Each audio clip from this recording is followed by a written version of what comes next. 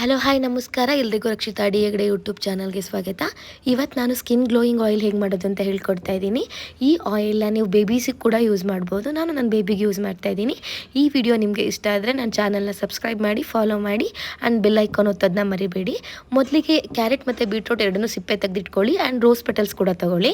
Rose ಪೆಟಲ್ಸ್ನ ವಾಟರಲ್ಲಿ wash ಮಾಡಿ ಇಟ್ಕೊಳ್ಳಿ and ಕ್ಯಾರೆಟನ್ನು ಮತ್ತು ಬೀಟ್ರೂಟ್ನ ಎರಡನ್ನೂ ಚೆನ್ನಾಗಿ ತುರ್ಕೊಳ್ಳಿ. ಆ್ಯಂಡ್ ಈ ಆಯಿಲ್ದು ಉಪಯೋಗಗಳು ಏನಂತ ಅಂದರೆ, ಇದನ್ನು ನೀವು ಬೇಬಿಗೆ ಯೂಸ್ ಮಾಡೋದ್ರಿಂದ ಬೇಬಿ ಸ್ಕಿನ್ ಗ್ಲೋ ಬರುತ್ತೆ ಆ್ಯಂಡ್ ನ್ಯಾಚುರಲ್ ಆಗಿ ಹೈಡ್ರೇಟಿಂಗ್ ಆಗಿರುತ್ತೆ ಆ್ಯಂಡ್ ಯಾವುದೇ ಥರ ಸೈಡ್ ಎಫೆಕ್ಟ್ಸ್ ಇಲ್ಲ. ಇದರಲ್ಲಿ ಯಾವುದೇ ಥರದ ಕೆಮಿಕಲ್ಸ್ ಕೂಡ ಇಲ್ಲ. ಆ್ಯಂಡ್ ನಾವು ಇದನ್ನು ಹೇಗೆ ಯೂಸ್ ಮಾಡಬೇಕು ಅಂತ ಅಂದರೆ, ಇವಾಗ ಈ ಆಯಿಲ್ ಏನು ಪ್ರಿಪೇರ್ ಮಾಡ್ಕೊತೀವಿ ಇದ್ರ ಜೊತೆ 1 ಸ್ಪೂನ್ ಆಲ್ಮಂಡ್ ಆಯಿಲ್ ಹಾಕ್ಕೊಂಡು ಅದನ್ನು ಬೇಬಿಗೆ 10 ಮಿನಿಟ್ಸ್ ಮಸಾಜ್ ಮಾಡಿ.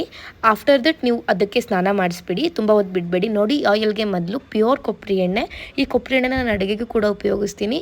ಇದನ್ನು ತಗೊಂಡು ಸ್ಟವ್ ಮೇಲೆ ಒಂದು ಪಾತ್ರೆ ಇಟ್ಟು ನಾನು ಅರ್ಧ ಆಯಿಲ್ ಹಾಕ್ಕೊಂಡಿದ್ದೀನಿ, ಪೂರ್ತಿ ಆಯಿಲ್ ಹಾಕ್ಕೊಂಡಿಲ್ಲ. ಯಾಕೆಂದರೆ ನಾನು ಸ್ವಲ್ಪನೇ ಪ್ರಿಪೇರ್ ಮಾಡಿ ಇಟ್ಕೊತೀನಿ.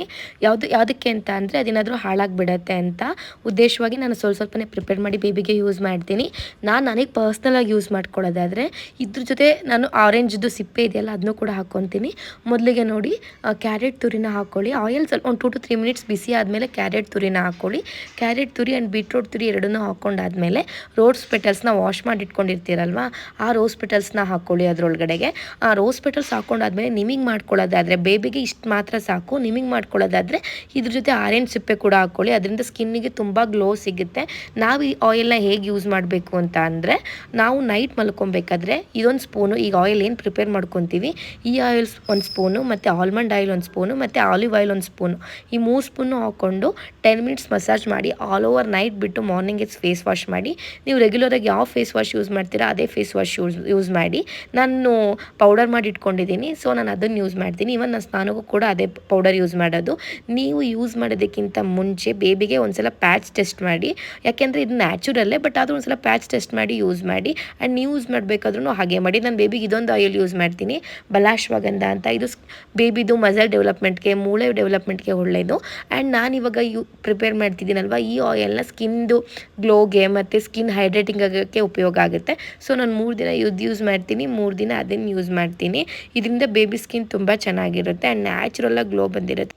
ಆ್ಯಂಡ್ ನಿಮ್ಮ ಸ್ಕಿನ್ನು ಕೂಡ ತುಂಬ ಚೆನ್ನಾಗಾಗುತ್ತೆ. ಯಾರ್ಯಾರಿಗೆ ಪಿಗ್ಮೆಂಟೇಷನ್ ಇದೆ, ಯಾರ್ಯಾರಿಗೆ ಸ್ಕಿನ್ನಲ್ಲಿ ತುಂಬ ಬ್ಲ್ಯಾಕ್ ಕಲರ್ ಇದು ಬರುತ್ತಲ್ವ, ಸನ್ ಬರ್ನ್ ಆಗಿರುತ್ತೆ, ಅವರೆಲ್ಲ ಈ ಆಯಿಲ್ನ ಯೂಸ್ ಮಾಡಿ ನಿಜವಾಗ್ಲೂ ತುಂಬ ಚೆನ್ನಾಗಾಗುತ್ತೆ. ನನಗೂ ಡೆಲಿವರಿ ಟೈಮಲ್ಲಿ ಮತ್ತು ಪ್ರೆಗ್ನೆನ್ಸಿ ಟೈಮಲ್ಲಿ ತುಂಬ ಸ್ಕಿನ್ ಇಶ್ಯೂಸ್ ಆಗಿತ್ತು, ಪಿಗ್ಮೆಂಟೇಷನ್ ಬಂದಿತ್ತು, ತುಂಬ ಡಾರ್ಕ್ ಆಗಿದೆ. ಹಂಗಂತ ನನ್ನ ಸ್ಕಿನ್ನ ಇದು ಬ್ರೈಟ್ ಮಾಡಲ್ಲ, ಬಟ್ ಸ್ಕಿನ್ನ ನ್ಯಾಚುರಲ್ಲಾಗಿ ಅದು ಗ್ಲೋ ಕೊಡುತ್ತೆ. ಹಾಗೆಯೇ ನೀವು ಬ್ರೈಟ್ ಆಗಬೇಕು ಅಂದರೆ ಊಟ ಕೂಡ ಏನೇನು ತೊಗೋಬೇಕು ಬಾಡಿಗೆ ಅದನ್ನ ತೊಗೋಬೇಕು. ಆ್ಯಂಡ್ ಬ್ಯಾಲೆನ್ಸ್ ಆಗುತ್ತೆ ಡೆಲಿವರಿ ಆದಮೇಲೆ, ಅದು ಪ್ರೆಗ್ನೆನ್ಸಿಲಿ ಬಂದಿರೋ ಪಿಗ್ಮೆಂಟೇಷನ್ನು. ಬಟ್ ಆದರೆ ಈ ಆಯಿಲ್ ಯೂಸ್ ಮಾಡೋದ್ರಿಂದ ಸ್ಕಿನ್ನಿಗೆ ತುಂಬ ಗ್ಲೋ ಸಿಗುತ್ತೆ. ಸ್ಕಿನ್ ನ್ಯಾಚುರಲ್ಲಾಗಿ ಒಂಥರ ಒಳೆಯೋ ಥರ ಕಾಣಿಸ್ತಿರುತ್ತೆ.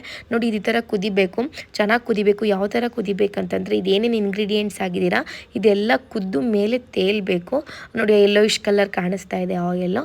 ಈ ಥರ ಇನ್ನೂ ಡಾರ್ಕ್ ಯೆಲ್ಲೋಯಿಶ್ ಕಲರ್ ಕಾಣಿಸ್ಬೇಕು, ಅಲ್ಲಿವರೆಗೂ ಕುದಿಬೇಕು. ನಾನು ತೋರಿಸ್ತೀನಿ ಯಾವ ಥರ ಆಗಬೇಕು ಅಂತ. ಅದು ಕುದ್ದು ಆದಮೇಲೆ ಇದನ್ನು ನೀವು ಒಂದು ಬಟ್ಟೆನಲ್ಲಿ, ಕಾಟನ್ ಬಟ್ಟೆನಲ್ಲಿ ಅಥವಾ ಮಸ್ಲಿನ್ ಕ್ಲಾತಲ್ಲಿ ಇದನ್ನು ಚೆನ್ನಾಗಿ ಫಿಲ್ಟರ್ ಮಾಡಿ ಒಂದು ಬಾಟಲಲ್ಲಿ ಸ್ಟೋರ್ ಮಾಡಿ ಇಟ್ಕೊಳ್ಳಿ.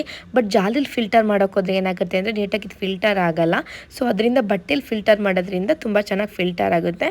ಒಂದು ಬಾಟಲಲ್ಲೇ ಅದಾದಮೇಲೆ ಅದನ್ನು ಫಿಲ್ಟರ್ ಮಾಡಿ ಆದಮೇಲೆ ಸ್ಟೋರ್ ಮಾಡಿ ಇಟ್ಕೊಳ್ಳಿ. ಅಪ್ ಟು 2 ವೀಕ್ಸ್ವರೆಗೂ ಇದನ್ನ ಸ್ಟೋರ್ ಮಾಡಿ ಇಟ್ಕೊಳ್ಳಿ.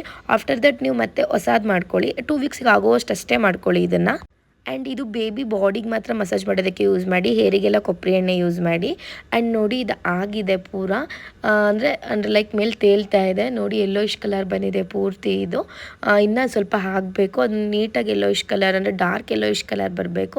ಅಲ್ಲಿವರೆಗೂ ಅದು ಚೆನ್ನಾಗಿ ಕುದೀಲಿ. ಅಪ್ ಟು ಒಂದು 30 ಮಿನಿಟ್ಸ್ ಲೋ ಫ್ಲೇಮಲ್ಲೇ ಕುದಿಬೇಕು. ಅದು ಲೋ ಫ್ಲೇಮಲ್ಲಿ ಕುದ್ರೇ ಚೆನ್ನಾಗಾಗೋದು. ಇನ್ನೊಂದು ಏನಂತಂದರೆ, ನೀವು ಇದು ಆಲ್ ಓವರ್ ಬಾಡಿ ಕೂಡ ಹಚ್ಕೊಂಡು ಮಸಾಜ್ ಮಾಡ್ಬೋದು. ವೀಕ್ಲಿ ಒನ್ಸ್ ಮಾಡ್ಕೊಳ್ಳಿ. ನೋಡಿ, ಇದು ಆಗಿದೆ. ನೋಡಿ, ಡಾರ್ಕ್ ಯೆಲ್ಲೋಯಿಶ್ ಕಲರ್ ಬಂದಿದೆ. ಬೀಟ್ರೂಟ್, ಕ್ಯಾರೆಟ್ ಆ್ಯಂಡ್ ಪೆಟಲ್ಸ್ ಇದೆ ಅಲ್ವಾ, ರೋಸ್ ಪೆಟಲ್ಸ್, ಅದೆಲ್ಲ ಕುದ್ದು ಮೇಲೆ ಬಂದಿದೆ. ಸೊ ಈ ಥರ ಬಂದರೆ ಆಯಿಲ್ ಪ್ರಿಪೇರ್ ಆಗಿದೆ ಅಂತ. ಬೇಕಿದ್ರೆ ನೀವು ಪರ್ಸ್ನಲ್ಲಾಗಿ ಆರೆಂಜ್ ಸಿಪ್ಪೆ ಕೂಡ ಯೂಸ್ ಮಾಡ್ಕೊಳ್ಳಿ.